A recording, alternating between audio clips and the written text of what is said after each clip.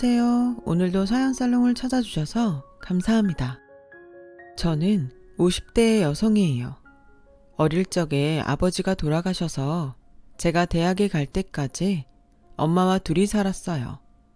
엄마는 저를 위해서 안 해본 일이 없을 만큼 무척이나 열심히 사셨어요. 그러다가 제가 대학에 들어가고 집에 여유가 생기기 시작했고 엄마도 좋은 분을 만나셔서 늦은 나이지만 재혼을 하셨어요. 새아버지도 오래전 혼자 되신 분이었는데 자식들은 해외에 산다더군요. 저는 엄마가 행복을 찾으신 것 같아서 다행이라고 생각했어요. 저만 생각하고 고생하셨던 엄마가 더는 저 때문에 마음 쓰는 일이 없게 하고 싶었어요. 제가 간호학과라 다른 과처럼 놀러 다닐 새가 없이 학교 공부에만 열중해야 했어요. 그리고 국가고시에 합격한 후 어느 중형병원에서 일하게 되었죠. 저는 병원 근처에 작은 방을 얻어서 자취를 하면서 한 달에 한 번이나 두 번 주말에 엄마를 찾아가곤 했어요. 그때마다 새아버지도 저를 반갑게 맞아주셨고 저도 잘 하려고 노력했습니다. 무엇보다 엄마가 편안해 보이고 여유가 생긴 것 같아서 좋았죠. 엄마는 제가 빨리 결혼하기를 바라셔서 여기저기 선자리를 가져오셨어요. 이 사람은 아주 성실하고 직업도 괜찮대.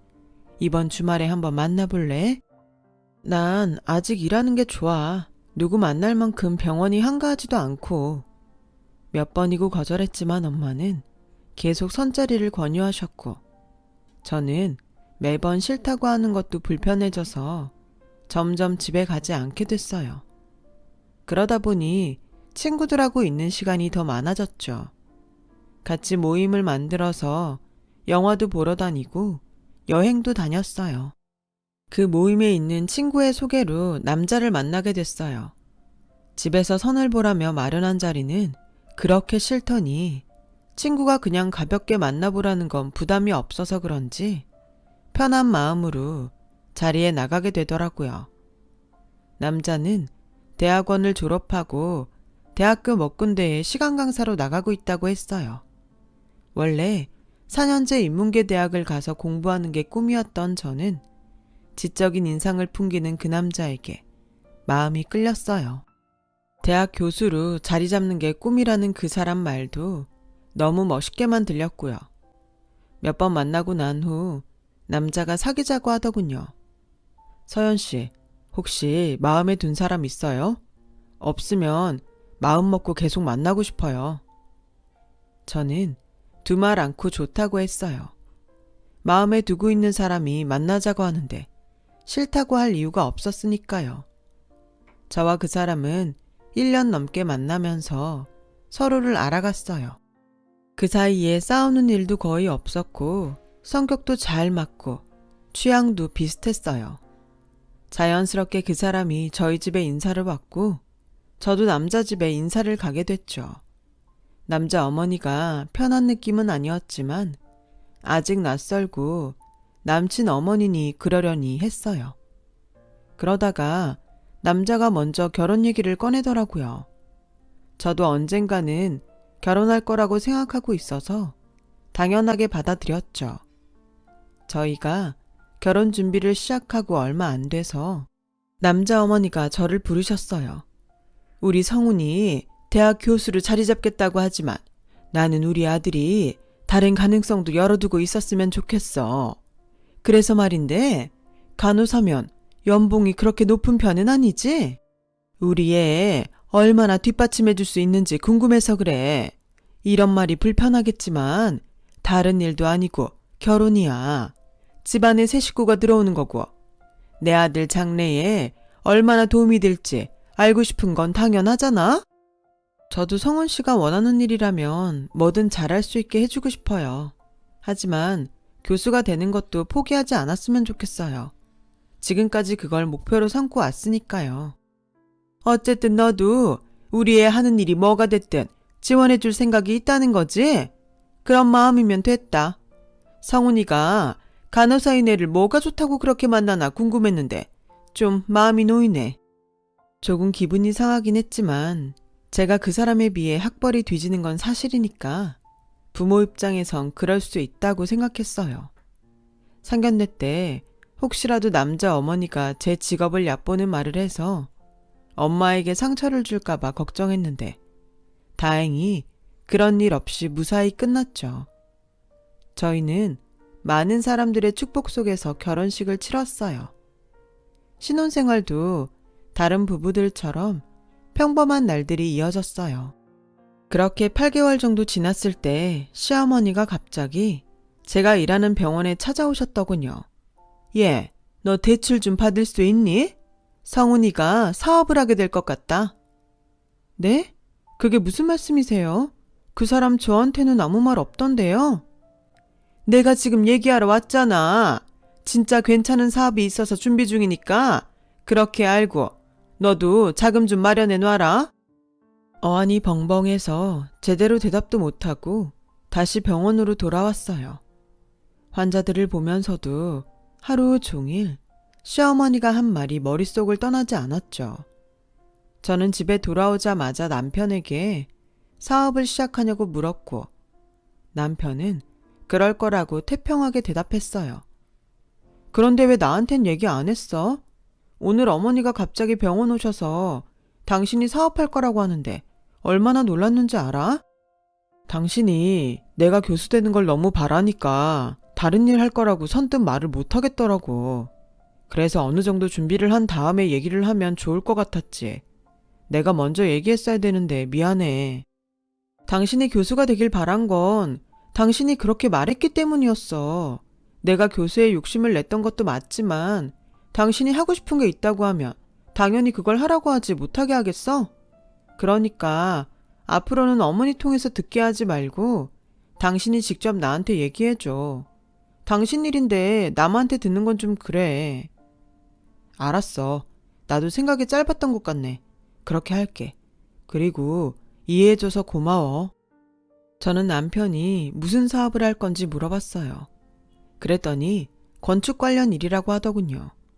남편의 전공은 사회과학 쪽이라 너무 동떨어진 일 같아서 걱정이 되더군요. 하지만 남편은 불안해할 필요 없다며 큰 소리를 쳤어요. 나한테도 다 소스가 있어. 그냥 시작하는 거 아니라고. 당신은 돈이나 넉넉히 준비해둬. 처음엔 자금이 좀 들어가니까. 그렇다고 저한테 있는 불안이 완전히 사라진 건 아니었지만 너무 부정적으로 보면 기죽는 게 아닌가 싶어서 입을 다물었죠. 저는 다음 날로 은행에 가서 대출을 신청했고 돈을 받자마자 남편 통장에 바로 넣어줬어요. 남편도 좋아했고 시어머니도 저한테 전화해서 잘했다며 평소 하지 않던 칭찬을 막 하시더라고요. 저는 저하고 남편 사이의 일을 시어머니가 다 알고 있는 것 같아서 썩 기분이 좋지는 않았지만 제가 예민하게 구는 것처럼 보일까봐 그냥 제가 도울 수 있는 게 있으면 최대한 돕겠다고만 했어요. 남편은 점점 집에도 늦게 들어왔고 얼굴을 보기 힘들어졌어요. 사업을 시작해서 바쁜 건 알겠지만 저도 병원에서 일을 하다 보니 전보다 못 보는 날이 더 많아지더군요. 그러면서 남편은 제게 또다시 사업 자금을 요구했고 마지막이라는 심정으로 저는 한 번 더 대출을 받았어요. 남편은 옷차림도 화려해지고 말투도 바뀌고 점점 변해갔어요. 저는 남편이 못 갚는 대출 이자를 갚으려 이직을 해서 일을 하느라 정신이 없었어요. 가끔 남편에게 언제부터 대출금을 줄 수 있는지 물어봐도 아직은 초기 단계라서 들어가는 돈이 많다는 답만 하더라고요. 저는 계속 야간 근무도 서고 남들이 못한다는 일도 맡아서 하느라 건강이 점점 나빠졌죠. 돈 한 푼 집에 갖다 주지 않는 남편 때문에 대출금 갚고 생활비까지 대려니 일을 늘릴 수밖에 없었거든요. 그때까지만 해도 앞으로 나아질 거라는 희망을 갖고 있었죠. 그런데 시어머니가 또 병원 일하는 시간에 와서 돈을 더 달라고 요구하시는 거였어요. 저 더는 안 돼요, 어머니. 지금 2번 대출한 것도 원금도 아직 못 갚았는데 여기서 어떻게 더 돈을 구해요? 그리고 왜 사업자금 얘기를 그 사람이 아닌 어머님한테 들어야 되는지 모르겠어요. 돈을 대던지 안 대던지 제가 그 사람하고 얘기해서 정했으면 해요. 라고 하자 시어머니의 안색이 확 달라지더군요. 너는 고작 한다는 일이 간호사면서 어떻게 그렇게 네 남편하고 맘먹으려고 드냐? 하는 일이 시원찮으면 돈이라도 따박따박 내줄 능력은 되고서 뭘 따져도 따질 일이지. 정말 우스워서 못 봐주겠네. 라더니 저한테 남편 안 되면 너는 팔자가 편할 것 같냐는 둥 막말을 퍼붓고 가는 거였어요. 저는 처음 듣는 험한 말들에 너무 놀라서 손이 다 벌벌 떨렸어요. 아무리 시간이 지나도 놀란 마음은 진정이 되지 않더라고요. 이대로 있다간 환자한테 실수하겠다 싶어 결국 조퇴를 하고 집으로 돌아와서 누워있다가 잠이 들었어요. 얼마나 지났는지 큰 소리에 잠이 깨어 보니 남편이 잔뜩 화가 나 있더군요. 너는 남편이 밖에서 힘들게 일하고 들어오는데 잠이 오냐? 이건 받쳐줄 배경이 있는 것도 아니야. 그렇다고 돈 필요할 때 착착 내주는 것도 아니야. 대체 뭐 하는 사람이야, 당신? 지금 말 다 했어? 그럼 내가 대출받아서 준 돈은? 당신은 그런 돈 대출받을 능력도 없어서 나한테 손 벌린 거잖아. 네가 내가 하겠다고 하는 일에 힘껏 돕겠다며. 그러면 약속한 대로 잘해야 되는 거 아니야? 뭐야 이게? 한참 돈 필요할 때 사람 힘들게 만들기만 하잖아. 대체 그 사업이 어떤 거야? 나도 좀 알자. 나한테 제대로 설명한 적도 없잖아. 나도 내가 준 돈 어디에 어떻게 쓰였는지 이젠 좀 알아야겠어. 이건 뭘 하는지 보여주지도 않고 어머니하고만 쑥덕거리니 무슨 속인지 알 수가 있어야지. 지금 내가 엄마하고 얘기하는 것까지 감시하겠다는 거야? 와, 당신 그렇게 안 봤는데 무서운 사람이었구나. 라며 적반하장으로 나오는데 정말 속이 터질 것 같았어요. 남편은 끝내 무슨 사업인지 얘기해주지 않았고 저와 싸우다 말고 집을 나가고 말았어요. 저는 남편이 혹시 돌아올까봐 계속 잠을 못 자고 기다렸지만 남편은 날이 밝고 제가 출근할 시간까지 오지 않더군요. 어쩔 수 없이 저는 남편 제일 친한 친구에게 전화를 걸었죠. 남편이 부동산 투기를 한다는 사실을 알게 됐어요. 재수씨, 모르고 있었어요? 그 자식 지 엄마가 자꾸 바람 넣어서 부동산 쪽으로 완전 빠진 것 같던데요. 땡땡동에 사무실이 있다고 들었는데 그쪽에 한번 찾아가 보세요. 저는 너무 기가 막혀서 말도 안 나왔어요.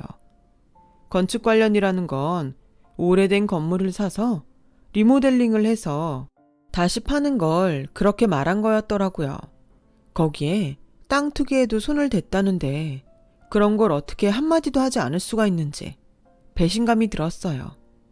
제가 반대할까봐 그랬다고 해도 제가 준 돈이 어떻게 쓰이는지 전혀 몰랐다는 게 너무 분하고 화가 나더군요. 너무 믿었던 거죠. 병원 근무가 끝나자마자 정신없이 택시를 타고 남편 사무실이 있다는 곳으로 갔어요. 막상 사무실 앞에 도착하니 들어갈 용기가 나지 않아 망설이고 있는데 얼마 지나지 않아서 남편이 밖으로 나오는데 혼자가 아니었어요. 보기에도 세련되고 돈 많아 보이는 여자가 남편 옆에 있었어요. 두 사람은 고급 외제 승용차를 타고서 어디론가 가더군요. 저는 다시 택시를 타고 두 사람을 쫓아갔어요. 도착한 곳은 고급 레스토랑이었는데 시부모님과 시댁 식구가 있더군요. 보니까 잘 모르는 시댁 친척분 생일 잔치더라고요.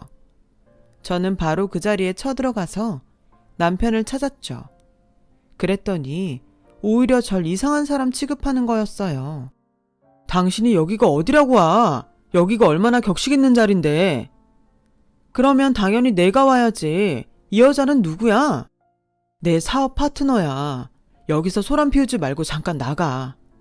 라고 했고 시어머니까지 와서 절더러 나가자고 하더군요. 이런 자리는 아무래도 성훈이한테 더 걸맞는 사람이 좋겠다 싶어서 오늘 하루 세영 씨한테 부탁했어. 근데 네가 이러면 어떡하니? 라는 시어머니 말에 정말 더는 할 말을 잃었어요. 친척 생일잔치가 그렇게 격식 있는 자리인가요? 그날로 짐을 싸서 친구 집으로 갔어요. 며칠이 지나도 남편은 절 찾지 않고 다 끝났다는 걸 직감했어요. 저도 3년간 아이가 생기지 않을 정도로 지칠 대로 지쳐 있었어요. 결국 친정으로 들어갔고 얼마 후 이혼 서류가 도착했죠. 그런데 이 사람들이 이혼 서류에 도장 찍고 나니 연락을 끊어버린 거예요. 남편이 사업자금으로 받아간 대출금은 고스란히 다 제가 갚아야만 했어요. 남편도 시댁도 다 이사를 가버렸고 저는 혼자서 발만 동동 구르는데 새아버지가 어떻게 아셨는지 제게 통장을 건네셨어요. 이거 어차피 너에게 주려던 건데 좀 일찍 받는다고 생각해라. 이렇게 많은 돈을 왜 저한테 주세요? 괜찮아요. 저 일도 할 수 있고 좀 힘들어서 그렇지 제가 다 갚을 수 있어요. 나는 너를 내 친자식처럼 생각하고 있어. 자식이 힘든데 그 정도도 못 해주냐? 결혼하고 지금까지 돈 갚는다고 고생만 했는데 받아둬라. 새아버지의 진심 어린 말씀에 눈물이 터지고 말았어요. 몇 번이고 고맙다고 했고 그 돈으로 대출금을 갚았어요. 그러고 나니 일을 무리해서 하지 않아도 되니 확실히 몸이 좀 나아지더라고요. 병원도 다시 중앙병원으로 옮겨서 일도 많이 줄었고요. 한 2년 정도를 그렇게 지냈는데 새아버지가 사업체 한 군데를 인수했다며 저에게 같이 해보면 어떠냐고 하시더군요. 새아버지와 같이 살면서 아버지가 좀 풍족하신가 보다 했는데 투자도 하고 작은 기업체도 몇 개 갖고 계시더라고요. 제가 생각했던 것보다 부자의 능력 있는 분이셨어요. 새로운 회사는 병원에서 쓰는 용품들을 만드는 회사였는데요. 제 간호사 경험을 살려서 더 좋은 제품을 만들고 싶다는 거였어요. 처음에는 많이 망설였지만 제가 경영을 하는 것도 아니고 제 노하우를 살릴 수 있는 일인 것 같아서 하기로 했어요. 또 일을 잘해서 새아버지한테 은혜를 갚고 싶기도 했고요. 처음에는 실수도 있고 힘든 일도 많았지만 현장에서 어떤 용품을 쓸 때 어떤 점이 좋고 불편한지 자세히 검토를 하니 점차 나아졌어요. 익숙해지니 제품의 어떤 부분이 잘못됐는지도 금방 알 수 있었죠. 자신감이 생기니 전보다 더 많은 의견을 낼 수 있게 되더군요. 저는 점점 제품을 만드는 데에 더 많은 관여를 하게 되었어요. 제가 함께한 제품에 대한 만족도가 높자 회사에서도 저와 일하는 걸 더 좋아하더라고요.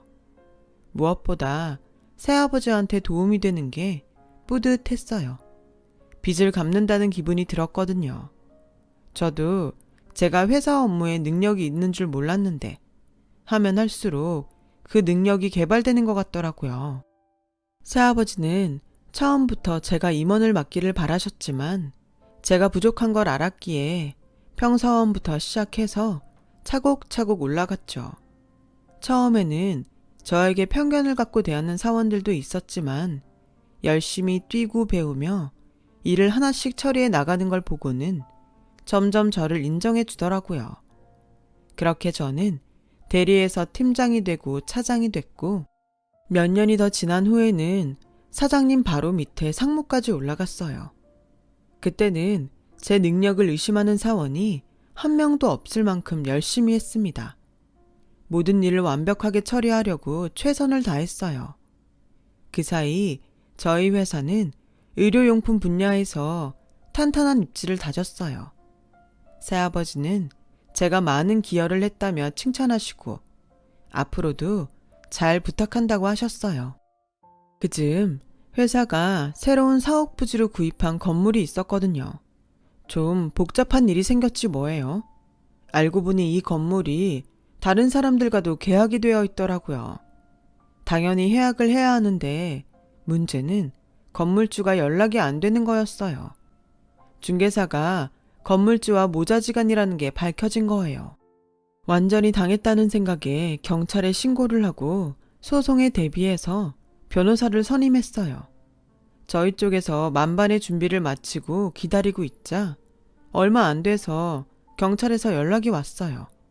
경찰서에 간 저는 상대방을 보고 정말 깜짝 놀랐어요. 문제의 건물주와 중개사는 전 남편과 시어머니였어요. 두 사람은 저를 보더니 얼굴에 화색이 돌더라고요. 당신이 그 회사 사람이었어? 그런 줄 알았으면 진작 연락을 할걸. 그럼 일이 이렇게까지 커지지 않았을 텐데. 그러게나 말이다. 예, 이건 무슨 오해가 있어서 생긴 일 같은데 우리가 몇 중 계약을 한 게 아니야. 일단 우리 얘기를 좀 들어줬으면 하는데 이렇게 덜컥 신고부터 하니 우리도 당황스럽다. 남편과 시어머니 말에 너무 울분이 나더라고요. 남편은 무작정 제 팔을 잡고 회사 윗사람들한테 말 좀 잘해줘. 기왕이면 혼자 오지 말고 사장님이나 대표랑 같이 왔으면 좋았잖아. 그럼 당신이 중간에서 오해도 풀고 얼마나 좋아. 오해는 무슨 오해입니까? 이미 변호사 선임해서 다 검토해 봤고요. 계약했다는 사람들도 다 만나서 당신들 사기친 거 확인 끝났어요. 그리고 제가 이 회사 윗선이라면 윗선이에요. 제가 여기 상무라고요. 라며 남편의 손을 뿌리치자 두 사람은 순간에 얼굴이 하얗게 질렸어요. 형사님, 저희 이 사람들 고소 그대로 진행할 겁니다. 절대 봐주지 않을 거니까 무조건 법대로 해주세요. 제가 아니어도 사기당한 분들이 가만 안 두겠지만 이제 곧 저희 쪽 변호사 올 거니까요. 저쪽에도 변호사 얼른 선임하라고 말씀해 주세요. 라고 경찰에게 말하고 나오려고 하자 시어머니가 제 앞을 가로막고 서더라고요. 이러고 가면 어떡하니? 우리가 오해라고 했잖아. 서로 풀 게 있으면 차근차근 대화로 풀어야지. 이러면 안 되지. 그리고 고소라니, 변호사라니, 어떻게 그런 말을 아무렇지도 않게 하니? 그래도 네가 명색이 우리 집안 며느리로 몇 년이나 있었는데 이러면 안 되지. 정이라는 게 있는데. 제가 언제 그 집 며느리였어요. 등에 빨대 꼽혀서 피까지 쪽쪽 빨아먹힌 호구였죠. 당신은 무슨 그런 섭섭한 말을 해. 호구라니. 우리가 언제 당신을 그렇게 대했다고 그래? 누가 들으면 진짜 나를 쓰레기라고 생각하겠다. 쓰레기 맞잖아. 처음에는 교수 되겠다더니 갑자기 사업한다며 지 마누라한테 대출받게 만들고 계속 돈 끌어 쓰다가 더 이상 나을 거 없으니까 그냥 버렸지. 그 정도면 내가 호구 맞지 않나?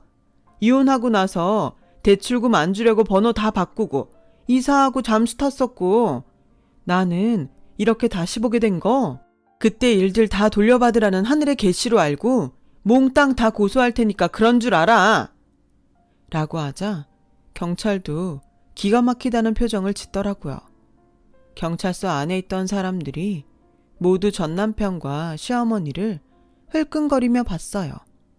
그제서야 시어머니는 창피했는지 팔로 얼굴을 가렸고 남편은 뭐가 잘못됐는지도 모르고 방방 뛰더라고요. 뭘 몽땅 소송한다는 거야? 당신도 잘한 거 하나 없어. 그때 당신이 어땠는지 생각해봐. 초라하고 볼품없고 그런 사람이 잘 사는 친척 모임에 가면 내 이미지가 어떻게 될 것 같아? 그때 그 사람은 나한테 투자도 했었는데 어떻게든 잘 보여야지. 사업하는 사람 아내가 그런 것도 이해 못했으니 우리가 헤어진 건데 왜 이제 와서 다 내가 잘못한 것처럼 말해? 라는데 정말 기가 막혔어요. 저는 남편은 상대도 하지 않고 경찰한테 대고 형사님, 제가 이 집 식구들 싹 다 사기 결혼으로 고소하고 싶거든요. 이혼하고 10년 지났어도 고소 가능하죠? 그렇게 해주세요. 라고 하자 시어머니가 전 남편을 뜯어 말리며 지금 그런 말 할 때가 아니야. 왜 이렇게 눈치가 없어? 예, 아가. 지금 성훈이가 한 말은 잊어버려도 돼. 그냥 욱해서 한 말이야. 신경 쓰지 않아도 돼. 엄마 미쳤어? 이런 말을 듣고도 나보고 참으라고? 나보고 사기쳤다잖아. 내가 지한테 되게 잘못한 것처럼 말하잖아. 시어머니는 계속 전 남편한테 조용히 하라며 저한테 싹싹 빌더라고요. 예, 정말 미안했다. 그땐 우리가 생각이 짧았어. 그러니 이번 한 번만 봐주면 안 되겠니? 이렇게 부탁한다, 아가야. 할머니, 저 댁의 아가도 아니고 이건 봐줄 일도 아니에요. 이건 엄연히 범죄예요. 이 일 인정 안 하고 계속 버티면 예전에 저한테 했던 일들 하나하나 다 소송 걸 테니까 그렇게 아세요. 그렇게 저는 경찰서를 나왔고 뒤늦게 남편은 자기 실수를 깨달았는지 저한테 계속 연락을 하더라고요. 저는 받아주지 않았고 건물 사기부터 해결했어요.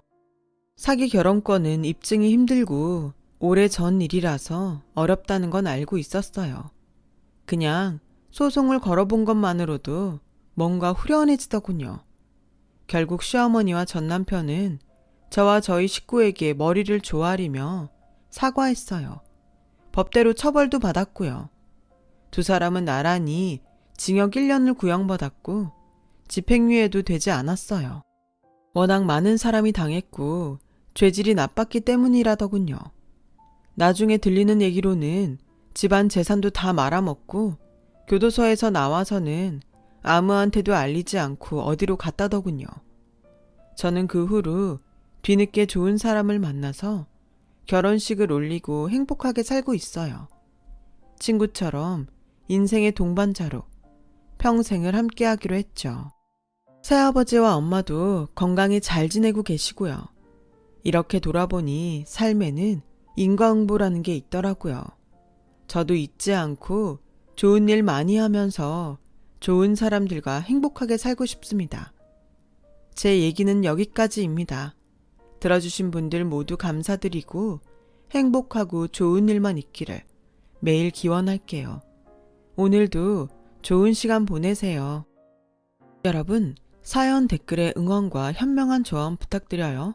좋아요와 구독은 저에게 큰 힘이 됩니다. 오늘도 좋은 일 가득하세요.